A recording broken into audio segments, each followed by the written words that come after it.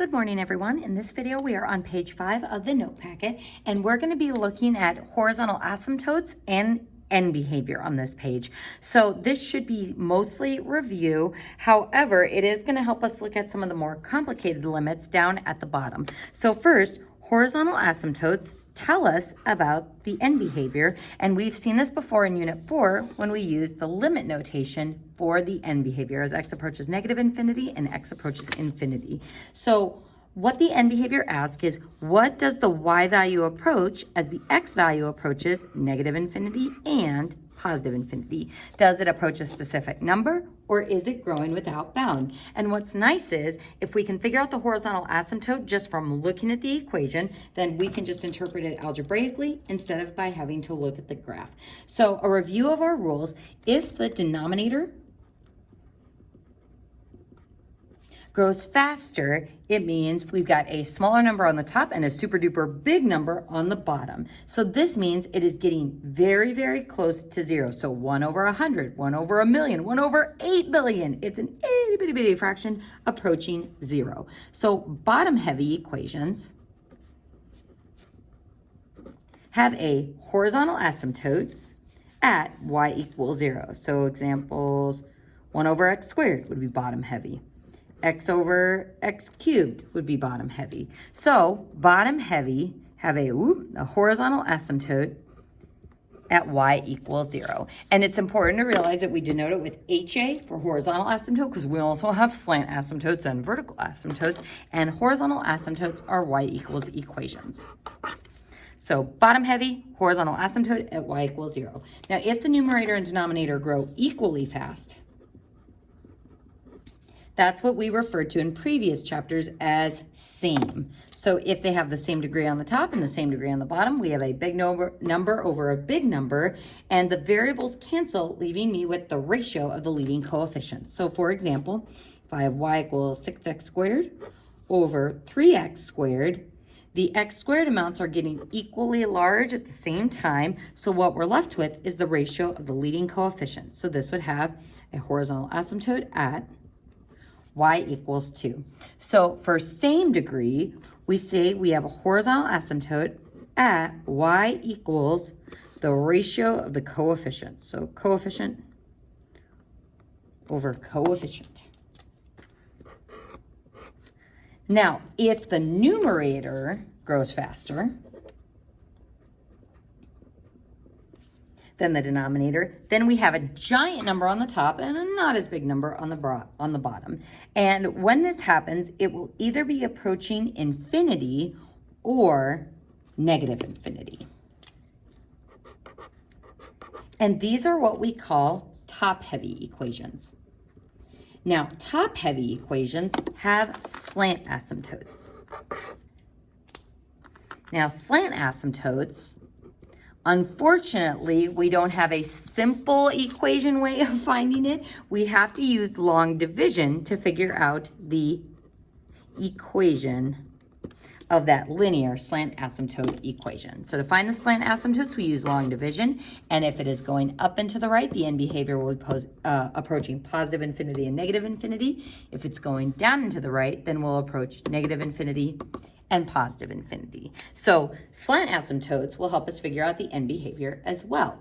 You can go ahead and cross out this chart. We're not going to go ahead and spend time on that. And we're going to move on to these problems down at the bottom. It says find the horizontal asymptotes of each function. So how we are going to do that is to compare the degree of the top and the degree of the bottom. So if I look at the degree of the top, it is x squared. Degree on the bottom, we've got 1 for x to the first. So this is a top-heavy equation. So top-heavy equations have slant asymptotes. So slant asymptotes, we are going to, for right now, just use our calculator to determine the end behavior. Because this one gets pretty nasty when we use long division. So in this problem, we are going to use our calculator to determine the end behavior. Now, when I go to type this equation in on my calculator, and we have stressed this so many times, make sure you trap the top and the bottom in parentheses. So let's go ahead and type that in.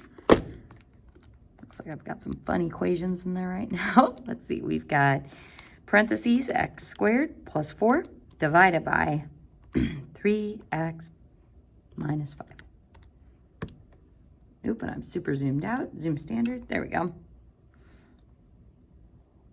So there's what my graph looks like. I'm going to go ahead and just sketch that. So it looks like I've got a vertical asymptote somewhere in here-ish, and I'm going like this and like this. So something sort of like that with a slant asymptote looking like this. All right, folks, now to practice writing our notation for the end behavior. And folks, we practiced this in previous chapters, but if you haven't explicitly memorized it, make sure you work on that here in Unit 7. So end behavior says the limit of the function as x approaches negative infinity is equal to something, and the limit of the function as x approaches infinity is equal to something. All of those pieces are very, very important. Make sure you've got the equal sign. Make sure it's not x equals infinity. It's approaching negative infinity and positive infinity. And now all we need to do is fill in what it is approaching based on what the graph or the equation is showing us. Now, as we go towards negative infinity, or as we go this way on our graph. So as we approach negative infinity, my graph is heading down towards negative infinity, following that slant asymptote. As x approaches positive infinity, my graph is going up, following that slant asymptote towards positive infinity. And that is how we describe the end behavior of the function. So that one we did have to use our calculator for because the slant asymptote was not super friendly to find using long division. Moving on to the next one, we first determine what type of asymptote it is going to have, horizontal or slant. So looking at my degree of the top and the degree of the bottom, both of these have a degree of 1. So this would be same, which means this will have a horizontal asymptote at y equals the ratio of the coefficients of the terms that give us the degree. So this would be 1x over 3x, or 1/3. So that's where my horizontal asymptote would be. So that means it doesn't matter what the graph looks like as I go towards negative infinity and positive infinity, we're going to be leveling out at that horizontal asymptote value. So not using my calculator, just using the equation, the limit of the function as x approaches negative infinity will be equal to 1/3. And the limit of the function as x approaches infinity is equal to 1/3. And if you're like, no, I don't know, Mrs. Cairo, I like that we did that algebraically, but it would still be nice to check ourselves on our calculator. We certainly can. So I'm going to go ahead and do x plus 4 divided by 3x minus 5.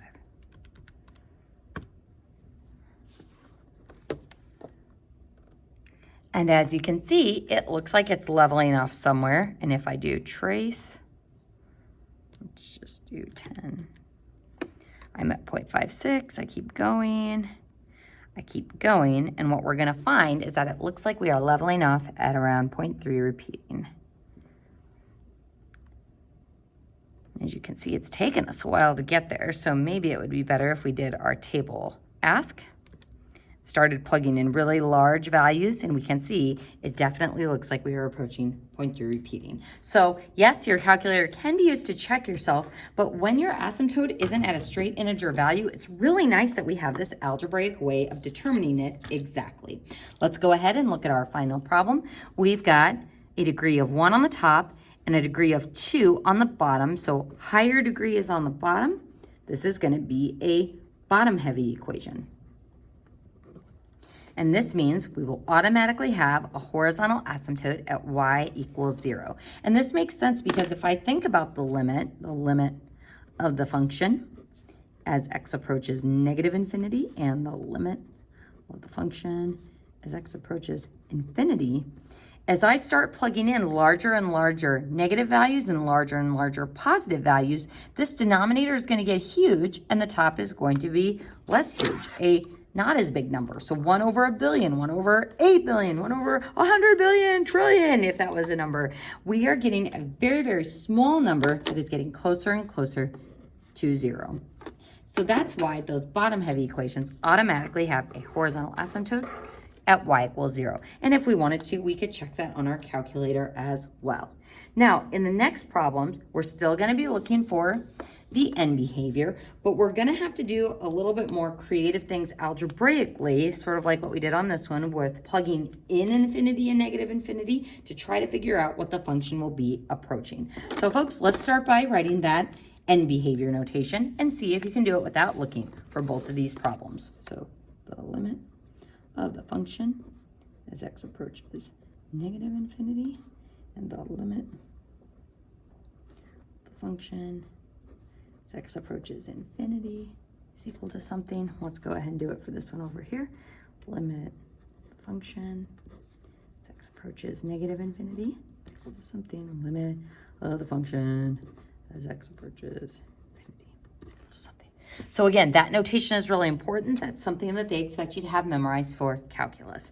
All right, folks, so let's see what happens if we try to start plugging in larger and larger negative values for x. So let's just think about what would happen if I did the natural log of negative infinity over 3 to the negative infinity. I feel like, how in the world are we going to plug in negative infinity? Let's just think about conceptually what is going to happen to the top of this fraction if we plug in a very large negative number. With logs, don't forget from last chapter, we have a rule that the answer part of the log has to be greater than 0. If I start plugging in negative values, what's going to happen to the top of this fraction and thus the whole fraction? It is going to be undefined and thus it will not exist. So it's not going to approach negative infinity because we're going to hit a vertical asymptote where it starts or it stops being defined at all. So the end behavior does not exist there. Let's see what happens if we plug in larger and larger values here. So natural log of infinity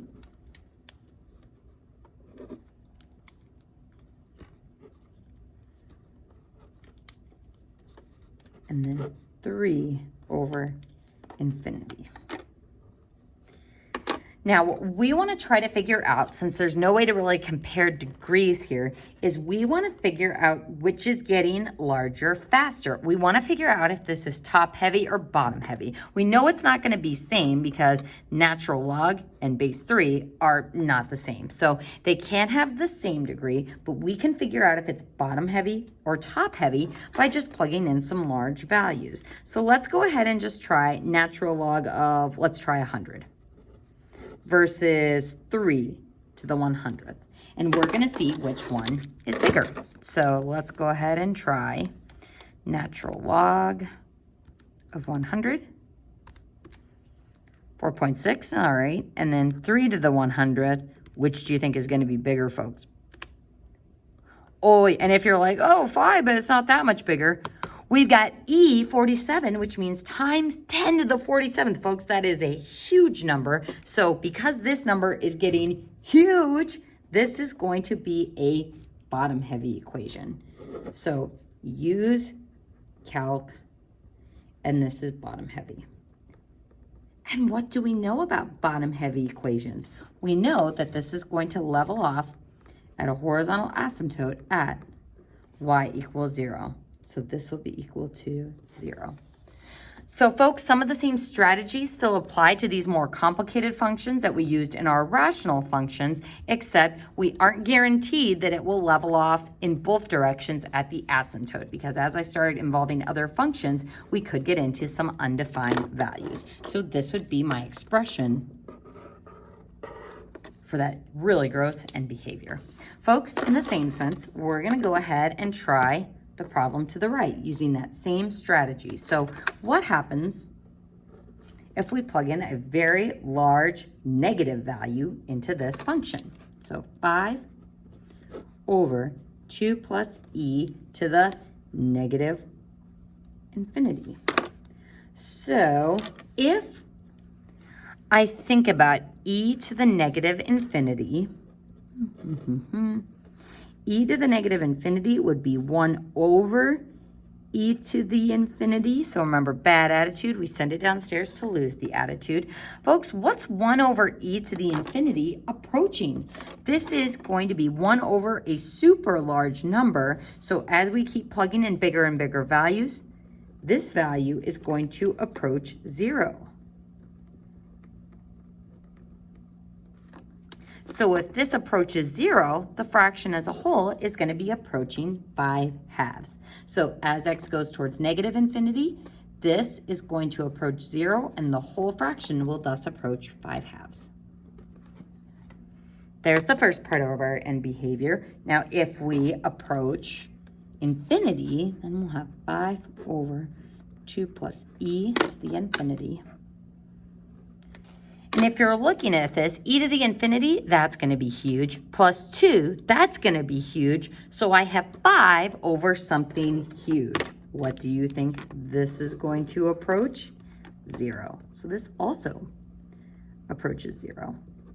So that means my end behavior as a whole for that will approach 0. Sorry, I meant to circle the whole thing there. This whole fraction will approach 0 because the bottom approaches infinity. So we'll circle the bottom. Because this approaches infinity, the fraction as a whole will approach 0. Since 1 over 1,000, 1 over a billion, 1 over 2 billion, that's going to be approaching 0. So our end behavior thus approaches 0 as well. So again, using a combination of algebra and thinking about substitution, plugging in larger and larger values, that's how we can figure out these more complicated end behaviors. And that concludes page 5 of our notes.